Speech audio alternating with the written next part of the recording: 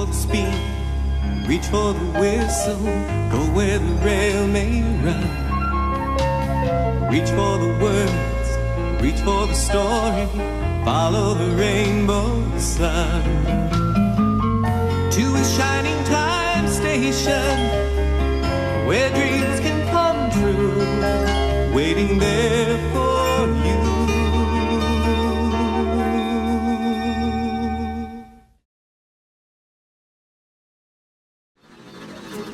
Near to where the line from the big engine shed joins the main line, there are some special switches. They are called trap switches, and the rails don't go anywhere, but are just long enough to derail anything running away and prevent it from colliding with engines on the main line. They are worked by a very powerful spring, but can be controlled from the signal box when the engines need to join the main line on purpose.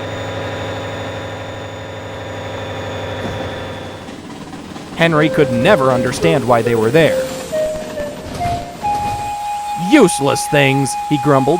They can take them away as soon as they like. Run away indeed. Why should we want to run away from our nice warm shed? Tell me that.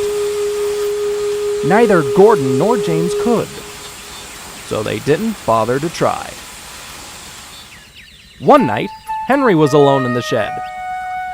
This was unusual, but Gordon was not due back until early in the morning, and James had been delayed by the other railway. Oliver, Donald, and Douglas, along with Duck, were all busy at the other end of Duck and Oliver's branch line. It was a cold night, and Henry felt lonely. He was glad when the firelighter came earlier than usual. Gratefully, Henry felt warmth spread through his boiler. He was drowsy and comfortable. Running away, he thought to himself as he dozed. Who'd be daft enough to do that on a cold morning like this? Suddenly, he awoke. Someone was climbing the steps to his cab. It was the firelighter, who thought it would be fun, while no one was about, to drive an engine. He unwound the brake and moved the regulator. But nothing happened. Disappointed, the firelighter went away without closing the regulator. Henry dozed again. When he next woke, he could see that it was just getting light outside. Then, he realized what had woken him. Steam was trickling into his cylinders. It's too early, he thought. Driver can't be here yet. Henry felt himself moving. He tried to stop, but he couldn't without his driver and fireman. He tried to whistle. He couldn't do that either. He neared the shed door. It hadn't been built to stop engines. Henry wished it had. Ouch! He exclaimed as he demolished it. It was cold and frosty outside. Help! Thought Henry as he rumbled along. I don't like this! But there was nothing he could do about it. Then, he remembered the main line. Horrors! He thought.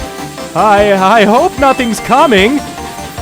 A green signal light and the sound of an engine approaching told him that something was coming. Help! Thought Henry again. He shut his eyes and waited for the crash. Just then, his front wheels slid to one side. Soon, his driving wheels left the rails too, and Henry stopped, leaning a little to one side. He was just a few inches clear of Gordon's coaches as, with a whistle, a rattle, and a roar, Gordon thundered by. Phew!